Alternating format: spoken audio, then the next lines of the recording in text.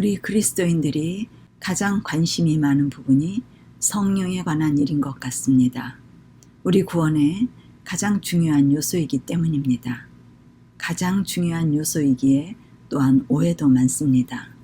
성령에 관한 개념이 각자 사람마다 모두 틀리다는 사실을 우리는 알고 있습니다. 어떤 사람은 이렇게, 어떤 사람은 저렇게 성령의 체험에 대하여 경험이 모두 다 다릅니다. 그러한 성령에 대하여 바른 성령의 경험이란 무엇인지 성령의 침례에 대하여 살펴보겠습니다. 우리는 예수님에게 임하신 성령에 관하여 그분이 받으신 성령의 침례에 대하여 자세히 연구해야 하겠습니다. 마태복음 3장 15절에서 17절 말씀입니다. 예수께서 대답하여 가라사대 이제 허락하라. 우리가 이와 같이 하여 모든 의를 이루는 것이 합당하니라 하신대 이에 요한이 허락하는지라. 예수께서 세례를 받으시고 곧 물에서 올라오실새 하늘이 열리고 하나님의 성령이 비둘기같이 내려 자기 위에 임하심을 보시더니 하늘로서 소리가 있어 말씀하시되 이는 내 사랑하는 아들이요 내 기뻐하는 자라 하시니라.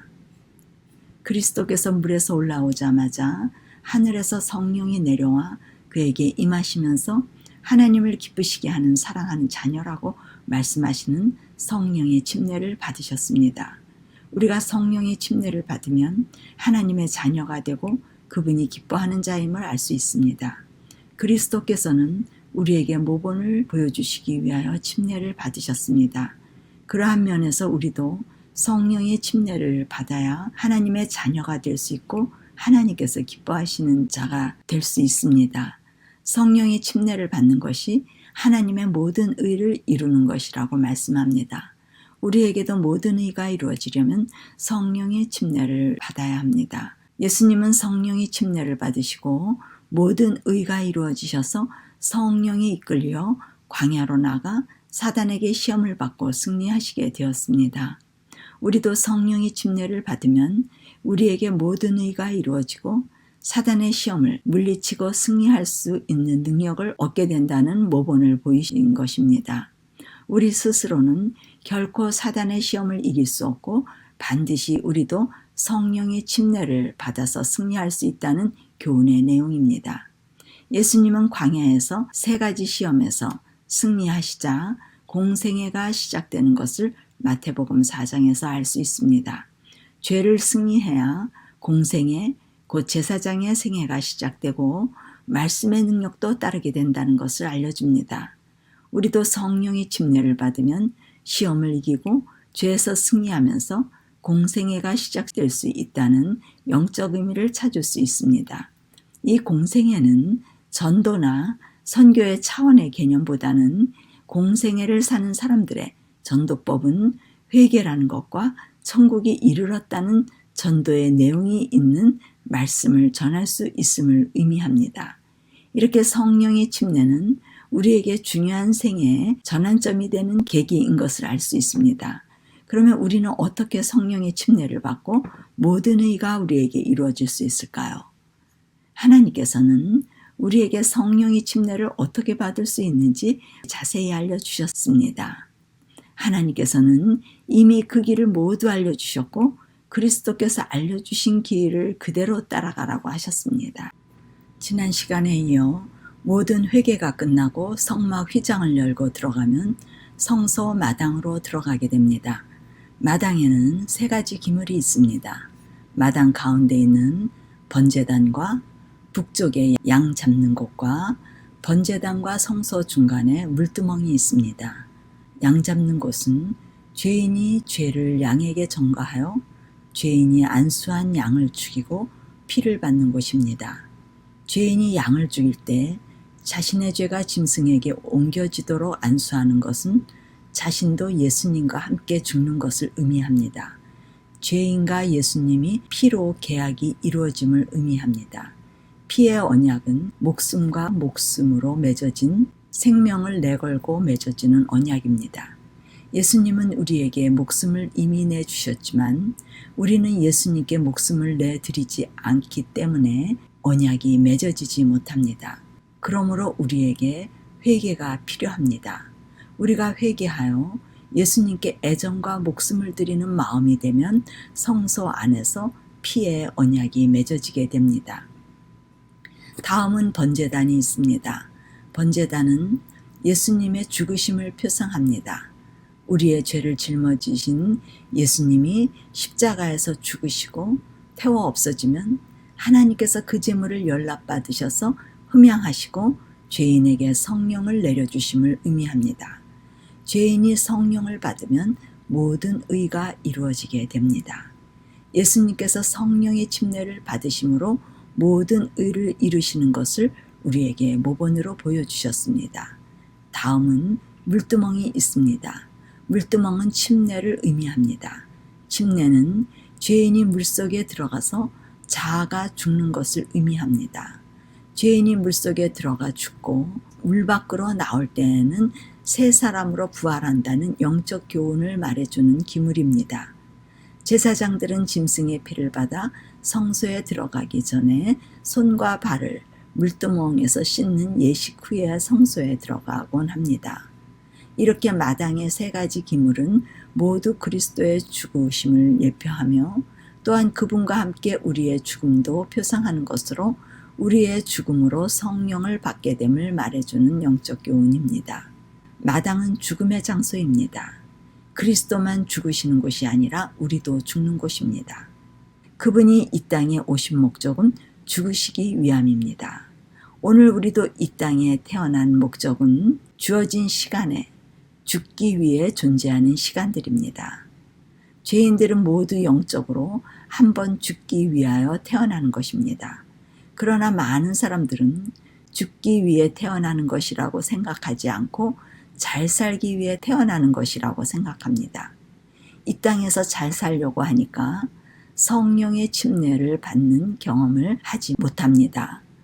이 땅에서 잘 살려고 하면 세상 사람들과 같이 되어야 합니다. 세상 사람들이 추구하는 목적과 같아야 합니다. 그러나 참 그리스도인들은 세상을 등지고 세상 사람들과 같지 않게 세상 사람들이 추구하는 목적이 아닌 성소를 향하여 나아가 성소 안으로 들어가 그리스도와 함께 죽는 것을 인생의 목적으로 삼게 됩니다. 그들은 이 그리스도를 얻는 일에 목숨을 다하여 성소를 향하여 나아가게 됩니다. 성소 마당에서 일어나는 일입니다. 또 주께서 이르시되 그날 후에 내가 이스라엘 집과 맺을 언약은 이것이니 내 법을 그들의 생각에 두고 그들의 마음에 이것을 기록하리라. 나는 그들에게 하나님이 되고 그들은 내게 백성이 되리라. 하나님의 사랑은 그리스도의 죽으심으로 자아를 온전히 비운 죄인들에게 성령을 주시는 것입니다. 성령을 주시게 되면 하나님의 법이 그들의 생각과 마음에 기록되고 그리스도께서 그들의 마음에 같이 살 수 있게 됩니다. 그리스도께서 마음에 들어오시는 일이 언약을 맺는 일입니다. 언약은 죄인이 성령의 침례를 받는 것입니다. 로마서 6장 4절에 침례는 죄인이 그리스도와 함께 죽어 장사되는 것이라고 합니다. 죽고 부활하여 새 생명을 얻는 일입니다. 새 생명을 얻는 일은 옛사람은 그리스도와 함께 죽고 다시는 죄의 종노릇하지 않고 죄에서 벗어나 의롭다 하심을 얻는 것이라고 로마서 6장 4절부터 7절까지 말씀합니다. 다시 말하면 침례의 의미는 의롭다 하심을 얻는 일, 곧 그리스도의 의를 얻는 것을 말합니다. 그리스도의 의를 얻기 위하여 죄인이 그리스도와 함께 죽으면 연합의 증거로 성령의 침례를 받고 하나님의 법을 받음으로 하나님의 사랑하시고 기뻐하시는 하나님의 자녀의 자격이 갖추어집니다. 하나님의 법을 받게 되면 의인이 됩니다. 결국 성령의 침례를 받는 것은 죄인의 마음에 하나님의 법을 받기 때문에 하나님이 기뻐하시고 사랑하는 자녀가 되는 것입니다. 중요한 것은 법입니다. 언약은 법이 바뀌는 것입니다. 법이 바뀌면 주인이 바뀌는 것입니다. 죄인의 마음이 그리스도와 같은 마음이 되려면 그리스도와 같은 법을 가지고 있어야 하나님과 연합이 이루어질 수 있습니다. 연합이란 모든 생각과 뜻과 목적과 행하는 모든 일이 같은 것입니다. 죄인에게 하나님의 법이 생각과 마음에 있고 기록이 되는 것은 하나님의 나라가 마음에 이루어지는 것을 의미합니다. 죄인이 회개하게 되므로 마음의 천국이 이루어지게 됩니다. 죄인의 마음은 하나님의 뜻과 맞지 않으면 항상 투쟁이 있게 됩니다. 연합이란 같은 마음이기 때문에 투쟁이 없고 그리스도의 평강이 항상 지배할 수 있음을 의미합니다. 우리가 그리스도의 마음을 가졌다고 말할 수 있는 고백이 바로 성소 안에서의 고백이 됩니다. 같은 마음으로 연합되기 위하여 하나님께서는 우리에게 꼭 법을 주셔야 합니다. 하나님의 법으로 연합이 이루어지면 죄인에게 없는 신성, 곧 신의 품성이 창조되는 것입니다. 신성이 창조되면 그리스도와 같은 생애를 살게 됩니다. 이 일을 그리스도의 의의 옷을 입었다라고 말합니다.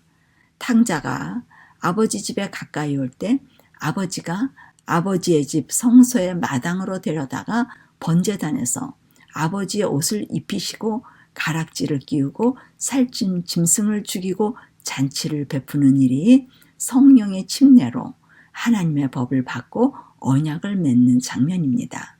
아버지와 함께 같은 법을 가지고 한 마음으로 투쟁 없이 마음의 천국을 이루며 탕자는 영원히 살 수 있는 자녀가 됩니다. 언약은 쌍방 간의 계약입니다. 부동산을 사고 팔 때 사는 사람과 파는 사람이 계약을 맺게 됩니다. 계약은 법의 원칙에 의하여 이루어집니다. 법에 의거하지 않는 계약은 없습니다. 계약을 맺을 때 법이 명시한 대로 서로 법의 내용을 합의하고 집행하기로 동의를 합니다. 집주인이 자기 소유의 집을 팔려고 한다면 자기 집의 모든 것을 깨끗이 정리해서 비워야 하는 것이 법입니다. 집을 팔려고 하는 사람이 자신의 짐들을 계속 팔려고 하는 집에 그대로 놔둔다면 법에 저촉이 되어 계약은 이루어질 수 없습니다. 한 가지라도 전 주인의 소유가 남아있다면 계약이 이루어질 수 없습니다. 하나님께서 우리 마음의 집에 주인이 되시길 원하신다면 우리는 모두 비움으로 집을 팔 것이라는 선택과 의지를 나타내야 합니다. 모든 회개로서 자기를 부인할 것에 합의를 해야 합니다. 그러면 법대로 성령께서 계약이 이루어지도록 단계별로 집을 청소하는 일을 도와주시고 깨끗하게 하여 자신이 들어와 살기에 적합한 환경으로 만들게 됩니다. 하나님은 더러운 것과 함께 할 수 없으신 분이시기 때문에 먼저 청소부터 하여야 합니다. 우리는 청소를 하도록 허락을 해야 합니다. 그분은 우리가 허락하지 않은 일을 강제로 자신이 치우고 비우고 들어오시는 분이 아니십니다. 인내를 가지고 끝까지 다 비울 때까지 기다리시는 분이시며 우리의 의사를 존중해 주시는 분이십니다. 우리가 하나님을 집주인이 되도록 전심으로 도와 청소 작업을 끝까지 잘한다면 계약서에 사인하시고 성령을 허락하셔서 자신이 들어오시게 됩니다. 계약은 성령을 주심으로 계약이 맺어지게 됩니다. 계약이 맺어지면 그 집은 두 주인이 아니라 주인이 하나가 됩니다. 우리 그리스도인들이 마음속에 두 주인이 있다고 말합니다. 어떤 때는 그리스도가 주인이 되시고 어떤 때는 자신이 주인이 될 수 있다고 말합니다. 두 주인이 함께 동거하면서 성령 충만의 여부에 따라 왔다 갔다 한다고 말합니다. 이것은 법이 아닙니다. 만약 두 주인이 한 몸에 있다면 그것은 항상 투쟁과 번민으로 싸움이 이루어지는 장소가 될 것입니다. 두 주인이 있는 곳에는 평화가 없게 될 것입니다. 그러한 이유에서 먼저 비우고 주인이 바뀌게 되면 소유주는 한 사람이 될 것이고 그 주인의 법이 그 집을 다스리게 될 것입니다. 이것이 계약법의 원칙입니다. 쌍방의 합의하에 정결 사업이 이루어지고 성령으로 계약이 이루어지면 새 주인이 새 집에 들어와 다스리게 됩니다. 집주인, 왕은 항상 법 위에 자정하시게 되면서 나라가 세워지게 됩니다. 법이 없는 나라는 없습니다. 우리 마음에 하나님의 나라가 세워지면 하나님의 법이 항상 지배하고 우리 마음이 하나님의 법을 지키는 하나님 나라의 백성이 될 수 있습니다. 만약 백성들이 그 나라의 법을 지킬 수 없다면 왕은 백성들이 죄를 지을 때마다 모두 처벌해야 하는 악한 왕이 될 것입니다. 사랑의 왕은 그렇게 되지 않도록 하시기 위하여 자기의 나라의 법을 백성들의 정신과 마음에 기록을 하는 것입니다.